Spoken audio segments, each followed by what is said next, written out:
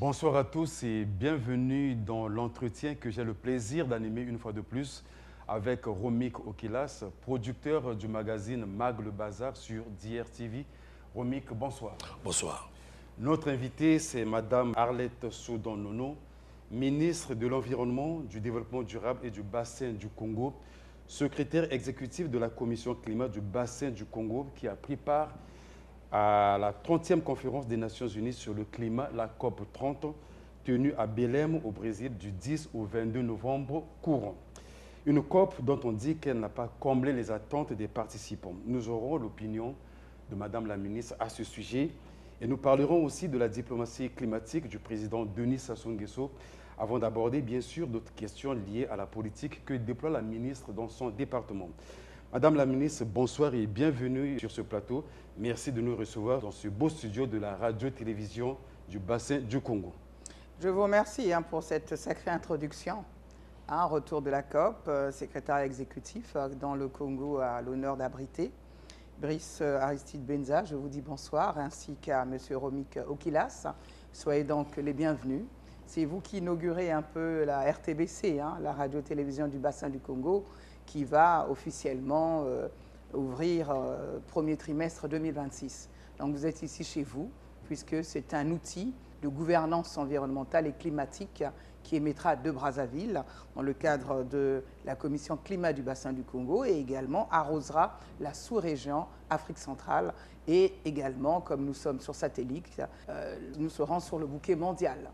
Et nous allons émettre en anglais, en français, en lingala, en portugais, les 4 langues donc, de la Commission climat du bassin du Congo, dont, je vous le rappelle simplement, le président de la République, Denis Sassou Nguesso, est bien entendu président de la dite Commission institution de l'Union africaine. Nous serons très heureux de prendre part à la cérémonie d'inauguration de ce bijou, Madame la ministre. Naturellement. Première question d'échauffement, Madame la ministre. D'aucuns estiment que la COP 30, à laquelle vous avez d'ailleurs participé, a déçu les délégations, les experts et la société civile dans leur majorité en matière de sortie des énergies fossiles, de financement, d'adaptation et de lutte contre la déforestation. Madame la ministre, avec quel sentiment êtes-vous rentrée de la COP 30? Il faut déjà dire que c'était une COP que nous voulions une COP de l'action, une COP de résultats. Nous sommes à la 30e conférence donc, des partis, qui est portée par la Convention des Nations Unies sur le changement climatique, dont vous connaissez l'acronyme, qui est la CENUC. Et aujourd'hui, le président de la République, ayant repris son bâton de pèlerin, d'homme engagé pour le climat, ce grand écologiste qu'on ne présente plus, qui a fait Rio 92, le sommet de la Terre, qui a été moult fois climat ambassadeur pour l'Afrique, et qui est aujourd'hui à la tête même des résolutions les plus importantes en matière de climat, on peut le dire, cette décennie de la reforestation, puisqu'il porte déjà les germes un peu de cette décennie, puisqu'il a à son actif la journée de l'arbre aujourd'hui. Donc, sous la haute autorité du président de la République, nous avons été membres de cette délégation en tant qu'autorité nationale en matière de climat, d'environnement et de gestion de la biodiversité et de façon globale des ressources naturelles de la République du Congo. Mais autant à la COP 29, nous avons acquis certains process, l'article 5, l'article 6 de l'accord de Paris, sur des mécanismes qui nous permettent d'espérer avoir des financements sur le plan de ce qu'on appelle le carbone, le crédit carbone aujourd'hui, parce que nous sommes victimes de ce qu'on appelle un marché volontaire et nous voulons un marché qui soit issu des accords de Paris. Donc vous venez de comprendre que la grande déception pour nous, ce sont les financements. Il y a eu comme une forme de bricolage, on va dire, où on nous a repris les 300 milliards qui avaient été actés pratiquement à la dernière COP et on nous demande de pouvoir remultiplier dans un mécanisme compliqué le partage pour pouvoir financer ce qu'on appelle notre train de vie, à financer nos économies en matière de transition écologique, en matière de transition énergétique, en matière de 17 objectifs de développement durable. Et bon, on nous a mis tout plein de mécanismes autour de tout ça. Mais sauf que l'Afrique a besoin de 1,2 milliard de dollars par an pour faire face à sa résilience. au changement climatique dans tous les secteurs. Donc vous nous voyez là un peu meurtris parce que nous sommes de très bons élèves de ce qu'on appelle l'atténuation. Oui, nous ne sommes pas des émetteurs, nous avons un bon bilan carbone et on nous demande encore de serrer la ceinture, toujours pour que les pays riches respirent à travers nos poumons. Les poumons qui sont les poumons du bassin du Congo aujourd'hui. Et donc cette COP a été en pleine Amazonie, à Belém, dans l'état de Pará, ce gouvernorat qui porte toute l'Amazonie. Oui, on était contents, on était avec les peuples autochtones, oui, mais nous sortons de là, il faut le dire, un peu déçus, mais sur le plan maintenant de la sous-région et sur le plan du pays comme tel, il y a quelques avancées. Peut-être que vous m'en donnerez l'occasion de pouvoir aborder ces aspects-là. Nous reviendrons un peu plus en détail sur ces aspects. Nous allons d'abord aborder cette fois-ci le volet diplomatie et leadership climatique du Congo. Et sur ces points-là, c'est Romiko Okilas qui a 2 questions à vous poser. Bonsoir, Madame la Ministre. Bonsoir, Romiko Okilas. Merci pour votre entrée de jeu. Vous avez su présenter le président de la République, M. Denis Sassou Nguesso, dans son combat habituel des changements climatiques. Mais je vous inviterai cette fois-ci à tenter de nous présenter, en tout cas, cette pluralité des actions qui résument, n'est-ce pas, sa diplomatie ou la diplomatie qu'il mène, en tout cas pour ces causes climatiques. Je vous remercie, vraiment, Romiko Okilas. J'ai commencé à aborder pratiquement ces aspects parce qu'on ne présente plus le président de la République. Absolument. C'est un champion du climat, un champion de l'environnement, comme nous l'appelons, le premier écologiste du bassin du Congo, si ce n'est plus. Aujourd'hui, je ne pourrais réduire toutes les grandes actions du président de la République, de risque d'en oublier certaines. Je ne souhaite pas me lancer, mais retenir une chose essentielle. Le président de la République a réussi, dans le cadre du sommet qui s'est tenu à Marrakech, la COP22, dans le cadre du sommet de la coémergence de l'Afrique, le sommet de l'action, qui avait été proposé par Sa Majesté le roi du Maroc. Ce sommet porté par l'Union africaine. Ce sommet donc extraordinaire de tous les États de l'Union africaine qui se sont retrouvés en marche de cette grande COP de Marrakech, cette grande COP africaine qui s'est tenue au Maroc, a proposé à ses pairs 3 commissions dédiées. Les 3 commissions, à savoir des commissions dédiées sur des questions de changement climatique et sur nos ressources en eau également, ces grands enjeux-là aujourd'hui. Et le roi du Maroc a proposé à ses pairs 3 commissions dédiées sur ces questions-là, donc la commission climat du bassin du Congo, et sans débat, tous les pairs de la sous-région ont proposé naturellement le président de la République du Congo comme étant le champion, le leader, qui devait donc porter cette commission climat du bassin du Congo, et en proposant également dans ces textes, parce qu'une fois que cela a été acté à cette étape, l'Union africaine a pris une décision en Assemblée générale et a entériné cette proposition des chefs d'État en consolidant donc le choix fait par les pairs, à savoir que le président de la République du Congo, par rapport à son expérience, par rapport à son engagement, par rapport à son long parcours en tant qu'écologiste, était donc à la tête de la dite commission, donc dénommée Commission Climat du bassin du Congo. Et à côté de cela, il y a eu 2 autres commissions sœurs, celle des États insulaires, portée par les Seychelles, et celle de la région climat du Sahel, portée donc par le Niger. Et nous, le président de la République a eu une idée de génie, proposer à ses pairs un fonds fiduciaire. Ce fonds qui est un mécanisme financier dont tout le monde connaît le nom, le fonds bleu pour le bassin du Congo. Ça veut dire quoi en d'autres termes? Mais que nous sommes aujourd'hui à la tête d'une commission politico-diplomatique qui est la commission climat du bassin du Congo et qui a en son sein un instrument financier qui est le fonds bleu pour le bassin du Congo. C'est inédit. Ce genre de modèle existe nulle part au monde, alliant une commission politico-diplomatique d'un côté et un instrument financier qui est le fonds bleu pour le bassin du Congo, et la commission elle-même ayant un mandat avec une banque de développement, en l'occurrence la Banque de développement des États d'Afrique centrale, c'est vraiment de l'inédit. Donc nous sommes arrivés à Belém pour rejoindre à peu près la première question de votre collègue. Oui. Nous avons donc emmené avec nous, dans nos bagages, la Banque de développement des États d'Afrique centrale qui a organisé avec la dite commission, la commission climat du bassin du Congo, une pré-table ronde parce qu'aujourd'hui, nous avons un plan d'investissement et nous avons présenté près de 43 projets intégrateurs et souverains des États aux différents bailleurs de fonds. Et nous pouvons dire que c'est une grande réussite pour la sous-région et pour la diplomatie environnementale et climatique de la République du Congo sous le leadership du président Sassou Nguesso. Ça, c'est quelque chose de concret. Ce ne sont pas des simples mots, des simples paroles, des simples discours. Ça, c'est de l'action. Nous revenons, nous disons, depuis que nous avons cette commission climat du bassin du Congo, il y a 17 pays membres, officiellement c'est 16 pays membres, plus un, le Maroc, qui est un pays cofondateur de cette commission et cofondateur de cet instrument financier. Et nous disons, nous avons maintenant un plan d'investissement chiffré à près de 10 milliards de dollars de projets issus de l'ensemble des 16 pays.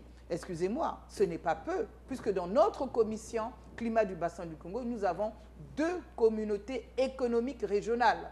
Nous avons la communauté économique des États d'Afrique centrale et celle des États d'Afrique de l'Est. Parce que les gens oublient que nous avons la Tanzanie, le Kenya, l'Ouganda, Sao Tomé et Principe, le Burundi, le Rwanda, en dehors des classiques que vous connaissez, le Tchad, le Gabon, le Congo, la RDC, la Centrafrique et autres, qui constituent les 16 pays qui font la Commission climat du bassin du Congo, institution de l'Union africaine. Donc rien que ce bilan à lui tout seul suffit pour vous résumer les engagements et la réussite de cette diplomatie environnementale et climatique portée par le chef de l'État Denis Sassou Nguesso. Alors, mais dans ce sens, vous présentez quelque chose de très grandiose. Son initiative, c'est très grand, tel que vous le démontrez. Mais à bien réfléchir, on peut se dire, mais pourquoi, Madame la Ministre, ce combat qu'il porte semble ne pas être compris par ses homologues et la communauté internationale? Bah, écoutez, ça a été un lent processus. Oui. Vous savez, Rome ne s'est pas bâtie en un jour. Oui. Et aujourd'hui, il y a ce qu'on appelle la réal politique, REAL. Il y a beaucoup d'enjeux économiques. N'oubliez pas que le bassin du Congo, c'est le grenier de l'humanité. Nous ne sommes pas simplement le premier bassin forestier du monde ou le deuxième poumon de la planète en termes de superficie après l'Amazonie, mais nous sommes aujourd'hui le premier séquestrateur net carbone de la planète entière aujourd'hui. Ce n'est pas peu. Nous avons nos forêts qui séquestrent pas moins de 1,5 milliard de tonnes de CO2 et nos tourbières, nos écosystèmes si particuliers que vous retrouvez entre la RDC et la République du Congo qui, à eux seuls, stockent pas moins de 30 milliards de tonnes de CO2. C'est l'équivalent, accrochez-vous, monsieur Okilas, de 3 à 4 années d'émissions de gaz à effet de serre de la planète. Donc, sans la prise en compte du bassin du Congo, aujourd'hui, l'humanité va à sa perte, à son déclin. Absolument. Donc aujourd'hui, nous pouvons dire que le président de la République a remporté cette victoire de la prise en compte, déjà même de la dénomination du bassin du Congo. Pendant des années, on entendait parler du bassin de l'Amazonie, du bassin du Bornéo-Mokangazi du Sud-Est, mais très peu du bassin du Congo. Maintenant, vous parlez de batailles qui semblent être perdues. Vous avez peut-être raison de l'avoir pensé un moment, mais les choses ont changé. Nous sommes aujourd'hui un enjeu planétaire, le bassin du Congo, l'Afrique centrale.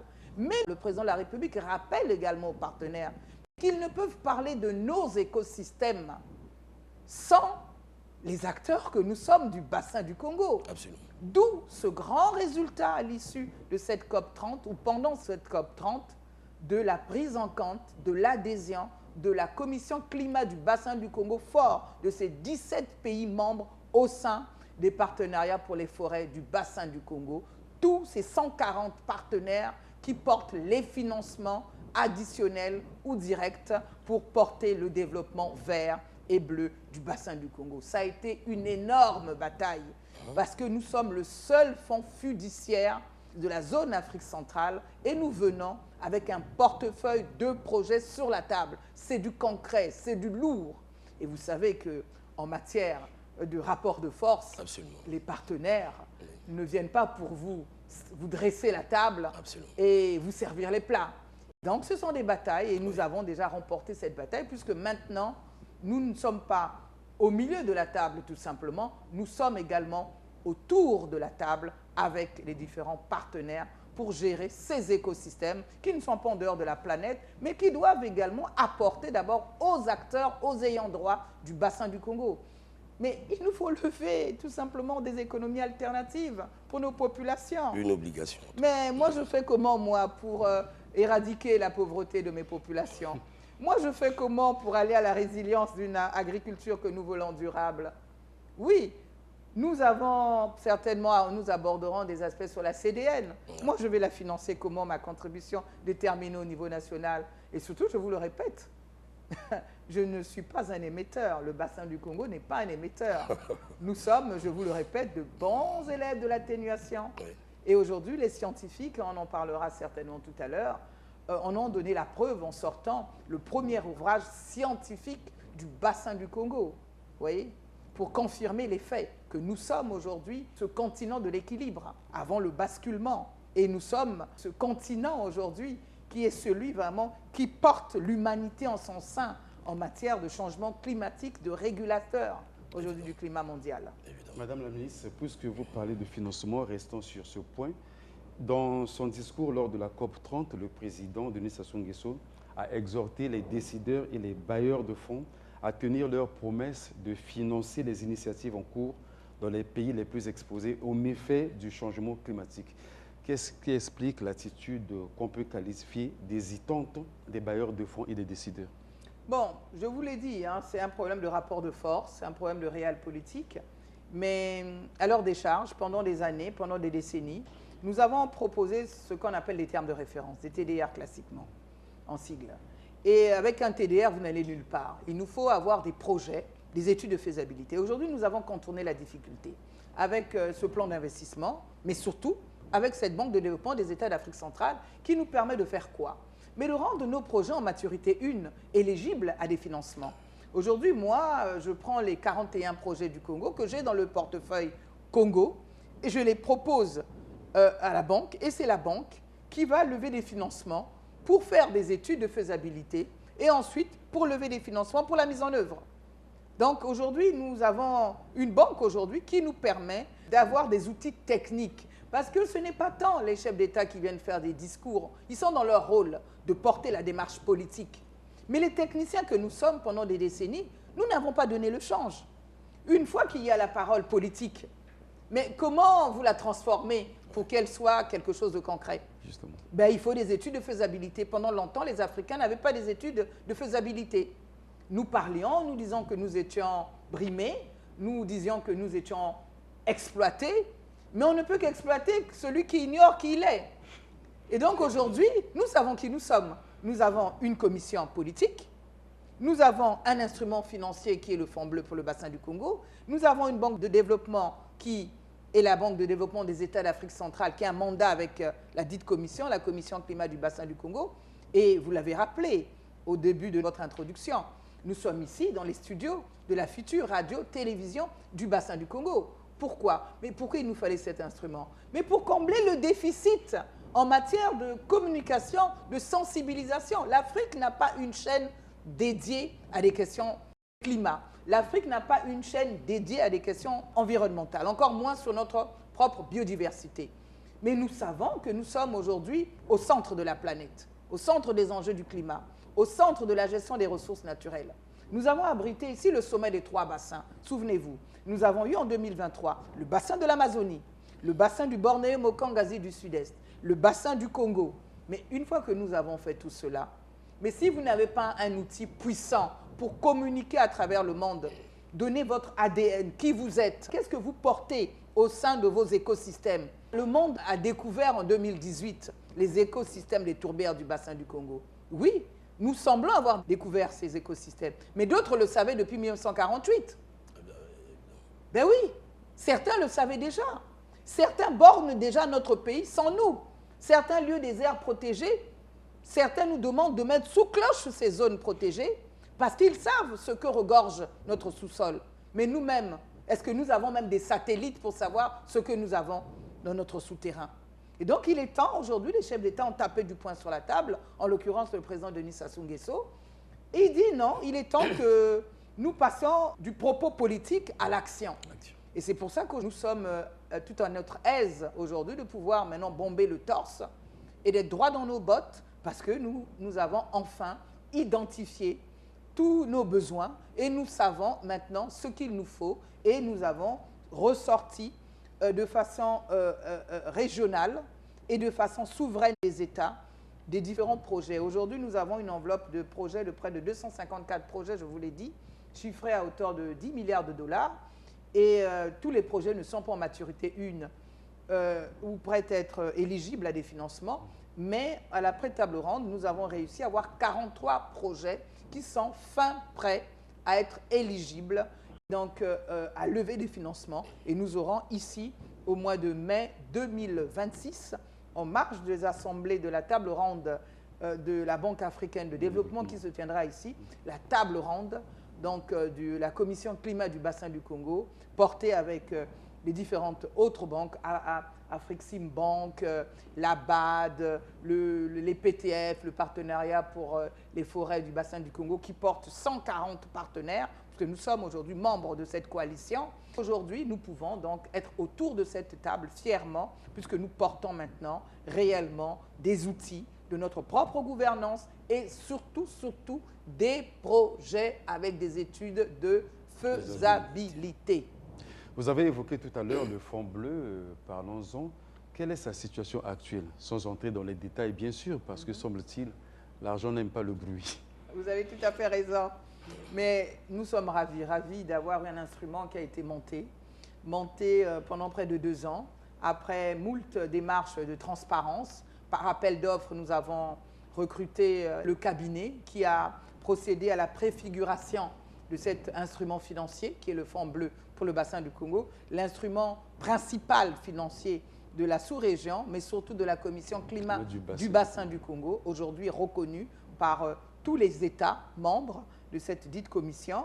Et nous avons maintenant également, ça a été, j'aime bien les citer, hein, c'est EY, hein, Ernst & Young International, qui a fait donc l'étude de la préfiguration donc de l'outil financier qu'est le Fonds bleu, mais également de la nomenclature administrative de la commission climat du bassin du Congo, qui a permis de lancer ces premiers projets des États, ce plan d'investissement chiffré à 10 milliards. Mais ça reste un fonds ouvert, hein, où les États abondent en termes de projets. Et aujourd'hui, nous avons lancé également, dans le cadre d'une transparence qu'ont voulu les chefs d'État, les patrons de cette commission climat du bassin du Congo, ont souhaité que nous ayons une banque de développement qui soit arrimée à la gestion de ce fonds. Donc c'est cette banque de développement, en l'occurrence la banque de développement des États d'Afrique centrale, qui a remporté une fois de plus cette offre, parce que nous avons procédé par appel d'offres également, pour éviter qu'on nous jette de l'opprobre, hein, parce qu'on pense souvent que les mécanismes africains sont des mécanismes de gré à gré et qui n'ont pas tout à fait la transparence et autres. Donc, tout a été fait dans les normes. Nous avons eu le soutien de la Banque mondiale qui nous a accompagnés sur la consolidation de ce fonds fiduciaire qui est le Fonds bleu pour le bassin du Congo. Donc, aujourd'hui, cette banque qui est la BDAC, on a la gestion, on a l'hébergement, mais sous le leadership des chefs d'État qui proposent les projets et qui sont à la tête du conseil d'administration. Et nous avons donc le premier niveau, les chefs d'État, et ensuite nous avons les ministres, et nous avons ensuite les experts et le secrétariat exécutif. Oui, dans ce sens, Madame la Ministre, parle un peu réflexe de conservation en la matière. Alors, quand nous suivons cette politique et l'évolution des choses, on constate que les bailleurs de fonds et les décideurs ont du mal à tenir leurs promesses, hein, en tout cas en termes de pouvoir disposer des financements. Ça, vous en savez quelque chose. Mais en même temps, les recommandations de la COP sur le climat appellent à nous, les Africains, nous qui sommes conservateurs de toutes ces richesses que vous venez de déballer naturelles, on nous appelle à la conservation des forêts, surtout à la renonciation à l'exploitation des énergies fossiles. Mais cependant, nous dépendons de ces énergies. Nous dépendons par exemple du pétrole et nous sommes des pays en voie de développement, comme on le dit, qui n'ont pas encore bénéficié de leur pétrole. Alors, Madame la Ministre, n'est-ce pas un piège pour les États comme les nôtres? Mais vous touchez du doigt l'un des grands paradoxes des engagements mondiaux. Vous savez, nous étions à l'une des COP, je pense, c'est la COP 28, hein, où là, tout feu, tout flamme, de façon assez ubuesque, on nous demandait de nous désengager des énergies fossiles, en d'autres termes, du pétrole. Mais moi, j'ai une expression qui me caractérise souvent, c'est, j'aime à le dire, c'est de qui se moque tant. Pour une simple raison, nous sommes pays producteurs, voilà, entre guillemets. On est membre de l'OPEP, c'est ça. Oui. Mais réellement, quelles sont les grandes industries qui exploitent ici? Ce ne sont pas les nôtres. Des sociétés venant des pays du Nord, oui, des pays pollueurs. Si vous regardez bien, notre pays, la République du Congo, c'est 3% hein, réellement d'une exploitation. Donc, la question, c'est vraiment de qui on se moque. Vous retrouvez ça un peu partout. Ensuite, la COP s'était tenue où? Dans les Émirats. Évidemment. Mais avant cela, à Bonn ou à Glasgow, vous avez le charbon. Là où ça brûle. Ils ont refusé de se désengager. Les grands pollueurs sont connus, ce n'est pas nous. Ça, c'est de 1.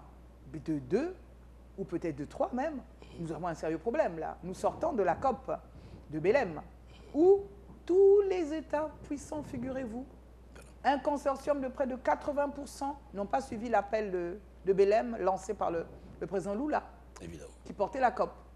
Dans aucun texte de la COP, aujourd'hui, COP 30, il n'a été retenu le fait de nous désengager des énergies fossiles. Un rétropédalage. Donc vous venez de comprendre, plus on est puissant, puis on dicte la marche de l'histoire. Mais nous restons résilients, responsables. Le président de la République nous appelle à la responsabilité. Et c'est pour ça que la notion de durabilité, de développement durable, nous le portons dans le dernier PND 2022-2018 et le dernier PND qui nous emmène en 2025 là. Oui, la notion de durabilité au centre, mais nous cherchons des financements pour notre transition énergétique, transition écologique et tout simplement, comment lever notre économie alternative.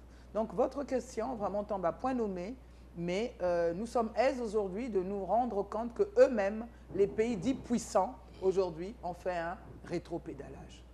Parce qu'il était hors de question pour nous, pays qui sommes dans un modèle ou encore une économie que nous voulons encore consolider et développer, qu'on ne nous donne pas un moratoire ou qu'on ne nous donne pas une alternative de développement. Mais ce qui nous permet tout de même d'aller à une diversification de l'économie que vous retrouvez à travers l'agriculture au sens large du terme, dans le cadre de l'écotourisme également, puisque je vous l'ai dit, le président de la République est un grand pèlerin, est un grand engagé, un grand écologiste aujourd'hui, et qui a une grande responsabilité face à la planète, et qui, lui, quelles qu'en soient les décisions, nous gardons le cap. Vous allez me dire, il y a les énergies extractives chez nous, les mines, mais nous avons également des études d'impact environnemental et social qui doivent nous mettre à l'abri de la dégradation simplement de nos écosystèmes naturels ou de l'exploitation qui ne serait pas vertueuse de ces ressources naturelles, si je peux me permettre cette tautologie.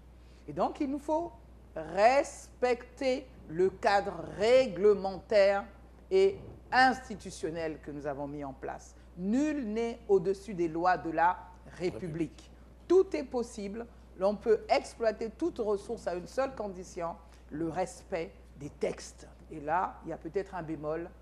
Généralement, je tape du poing sur la table parce que ce n'est pas la chose la mieux partagée, le respect des textes. Mais nous sommes résilients, nous sommes pugnaces et nous avons pour nous le chef de l'État et nous avons pour nous également le Premier ministre pour nous soutenir dans la mise en application donc, de ces différents textes que nous prenons au nom de tous ici. Merci, Madame. On va aborder un point concernant la jeunesse. Quels sont les programmes mis en œuvre par votre département pour former ou encadrer les jeunes sur les questions liées au climat et préparer ainsi la relève? Écoutez, moi je suis vraiment ravie d'avoir ces jeunes et de les avoir autour de la table. Nous les avons impliqués pendant le sommet des 3 bassins, au travers nos partenaires de l'UNESCO, de l'UNICEF, du Programme des Nations Unies pour le développement. Ils avaient une très grande part d'engagement, de participation. Ils ont même fait toute une grande déclaration de la jeunesse congolaise face au changement climatique. Et nous cheminons régulièrement avec ces jeunes auxquels nous avons mis le pied à l'étrier dans le cadre de la formation à la négociation sur les engagements au climat pendant les COP. Parce que les gens confondent deux choses lorsqu'ils vont pendant les conférences sur le changement climatique.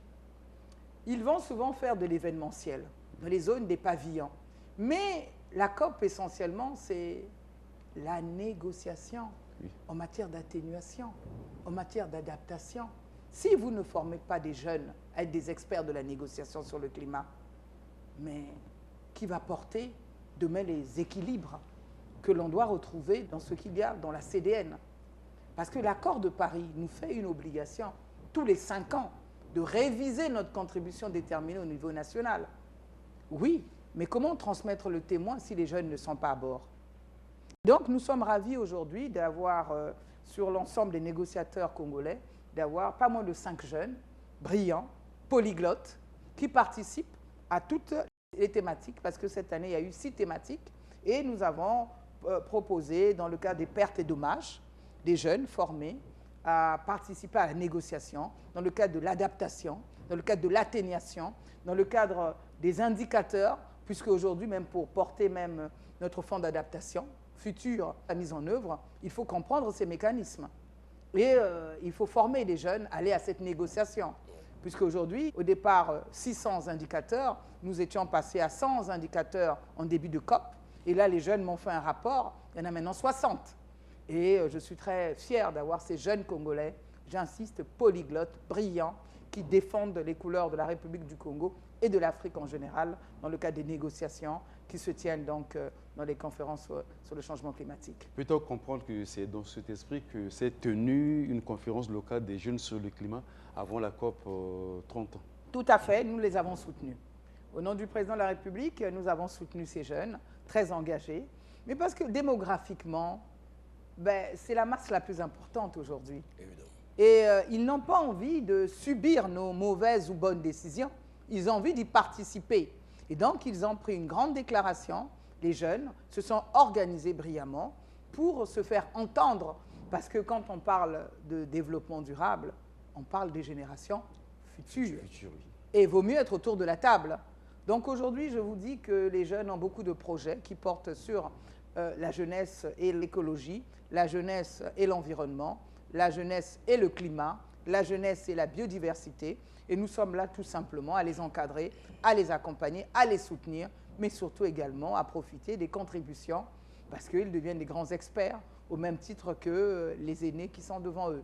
Donc ils débattent énormément sur les positions pays, parce que ce sont des positions, des points de vue à débattre qu'il faut arracher dans le cadre donc de la négociation dans ces conférences-là. Vous avez parlé de la formation des jeunes sur les négociations climatiques. On sait que ces négociations, c'est des sujets très complexes. Est-ce que vous avez le sentiment que les jeunes Congolais seront à la hauteur? Ils sont à la hauteur. Hein. J'ai une conseillère climat à mes côtés. Tout d'abord, elle a été là dans le cadre de la préparation du plan climat de la République du Congo. Et ensuite, elle est financée par la République française. Hein. Elle est le ministère des Affaires étrangères, elle est là à mes côtés.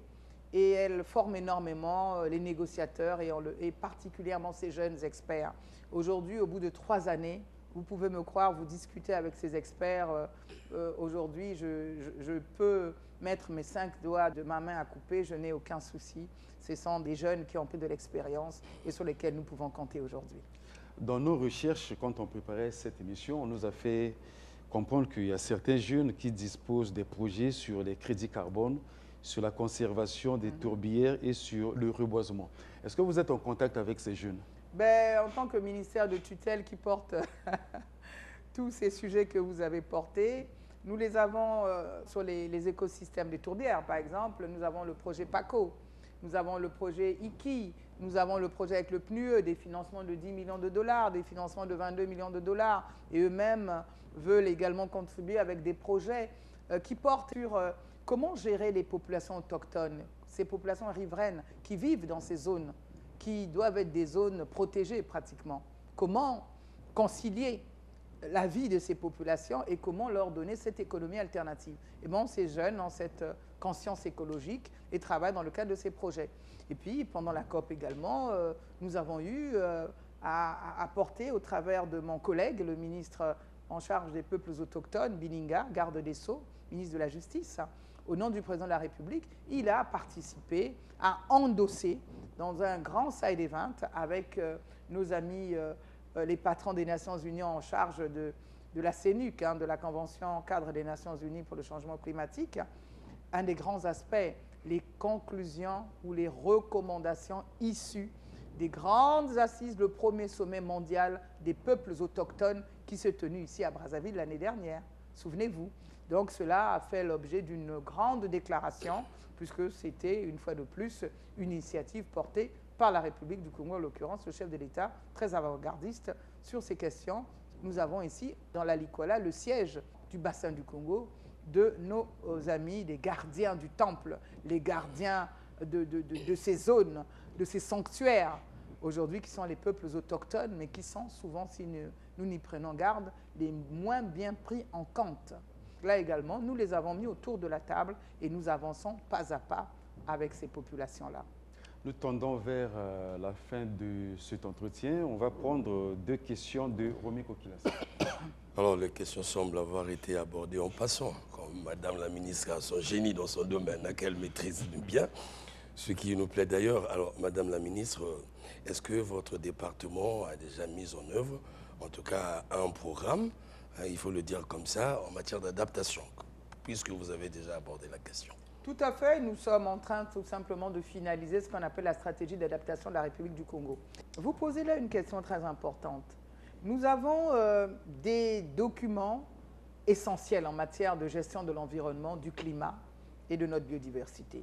J'aimerais souligner que 32 ans pratiquement après la première loi de 91 portant sur l'environnement, le président a promulgué en 2023 cette grande loi qui porte toutes les réformes aujourd'hui de l'environnement, la loi portant gestion durable de l'environnement. Celle de 91 portait protection de l'environnement. Là, maintenant, elle porte gestion durable de l'environnement, avec l'entrée des tourbières du bassin du Congo, qui n'étaient nullement prises en compte bien avant. Nous avons également la première loi en matière de développement durable, la loi d'orientation sur le développement durable de la République du Congo. Ce n'est pas peu. C'est une immense réussite pour la République du Congo d'avoir cette loi qui nous permet de gérer le principe pollueur-payeur de l'accord de Paris. Nous sommes en train d'y travailler. Nous avons également le principe de la RSE, la responsabilité sociétale des entreprises dans cette loi et environnementale. Et cette radio-télévision du bassin du Congo a été construite sur les fonds baptismaux au niveau de Wingwa, ce partenaire qui est dans les énergies fossiles, dans le cadre justement de la politique pollueur-payeur et de la responsabilité sociétale des entreprises. Par anticipation, nous avons donc travaillé avec ce partenaire dans ce cadre-là. Mais nous avons également l'Agence nationale de l'environnement, avec des agents assermentés aujourd'hui. La Direction générale de l'environnement va porter la politique, mais la mise en œuvre, c'est sans les agents assermentés de l'environnement qui vont être cette police de l'environnement aujourd'hui sur le terrain. Ce n'est pas peu, c'est énorme. Et nous sommes également en train de revoir la stratégie nationale de notre biodiversité.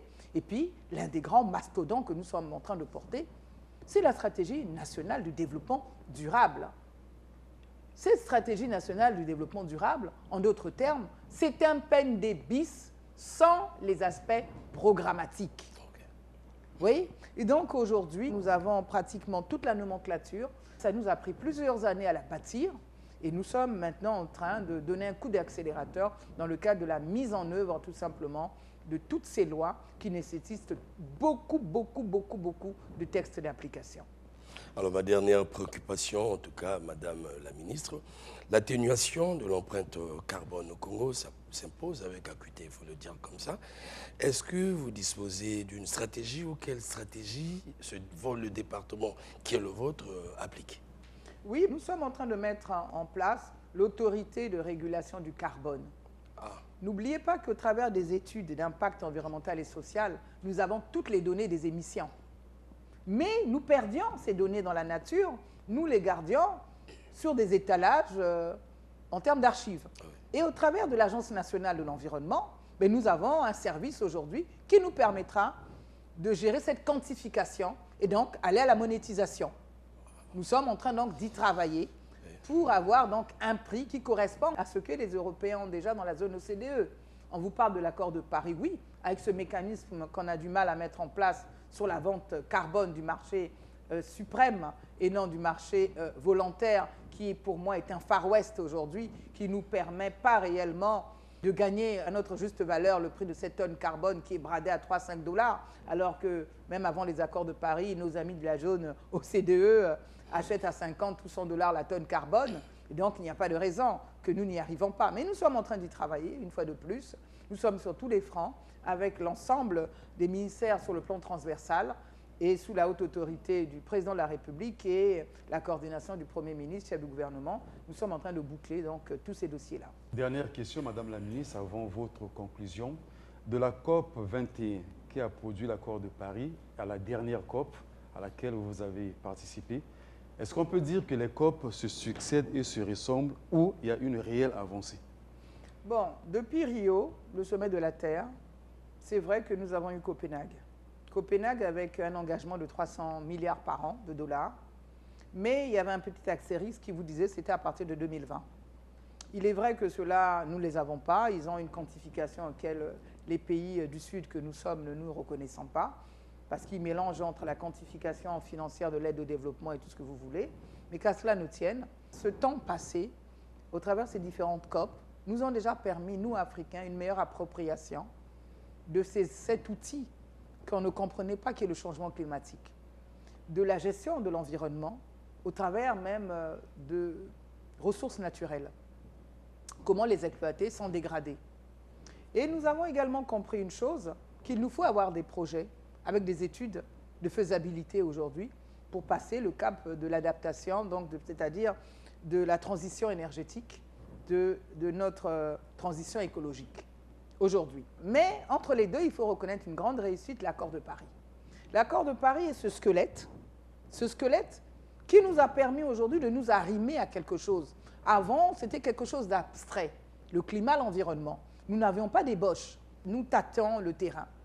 Mais aujourd'hui, avec ce que les scientifiques ont sorti comme thèse scientifique issue des recommandations du sommet des 3 bassins, qui faisait état d'un consortium de scientifiques qui devaient se réunir pour dire qui nous sommes. L'Amazonie a des résultats scientifiques qui attestent des émissions ou pas. Mais le Bornéo-Mekong, également l'Asie du Sud-Est, mais le bassin du Congo, tenez-vous bien, n'avait aucun document scientifique. Et aujourd'hui, j'étais très choquée de découvrir que l'Amazonie a 600 scientifiques formés à connaître le bassin amazonien, alors que le bassin du Congo, ce n'est que 100 scientifiques. Et pourtant, nous sommes le premier régulateur de la planète aujourd'hui. Vous voyez que le temps passant, oui, nous permet également peut-être de nous structurer petit à petit, mais aujourd'hui, nous sommes réellement autour de la table. Vous pouvez me croire, on ne peut plus faire sans nous. On va faire avec nous. Alors, Madame la Ministre, c'est le terme de cette émission. La tradition veut que ce soit l'invité qui puisse conclure. Alors, quelle serait votre conclusion sur un point de votre choix? Écoutez, je dirais tout simplement, soyons résilients, soyons pugnaces. Les choses ne sont pas données, il faut les arracher. Nous ne sommes pas dans un monde de bisounours. L'économie verte, l'économie bleue, si nous voulons la construire, si nous voulons lever une économie alternative pour nos populations, il nous faut être responsables, il nous faut être sérieux, il faut que les experts, il faut que les cadres puissent comprendre que cela dépend de la négociation. Nos chefs d'État ont la vision. Le président Sassou Nguesso a une ligne bien tracée, oui, mais au-delà de son discours politique, il a besoin de l'action. De l'action, c'est vous, c'est moi, c'est nous. Voilà ce que je pouvais vous dire en termes de conclusion, tout simplement. Merci, Madame la Ministre, de nous avoir accordé cet entretien. Je rappelle que nous avons reçu pour le cadre de cette émission Madame Arlette Soudan-Nono, qui est ministre de l'Environnement, du Développement durable et du Bassin du Congo. Elle est également secrétaire exécutive de la Commission Climat du Bassin du Congo. Une émission que j'ai co-animée avec Romy Kokilas, producteur du magazine Mag le Bazar sur DRTV. Merci de nous avoir suivis et bonne suite des programmes sur nos 2 chaînes, bien sûr. Et à la prochaine. Merci.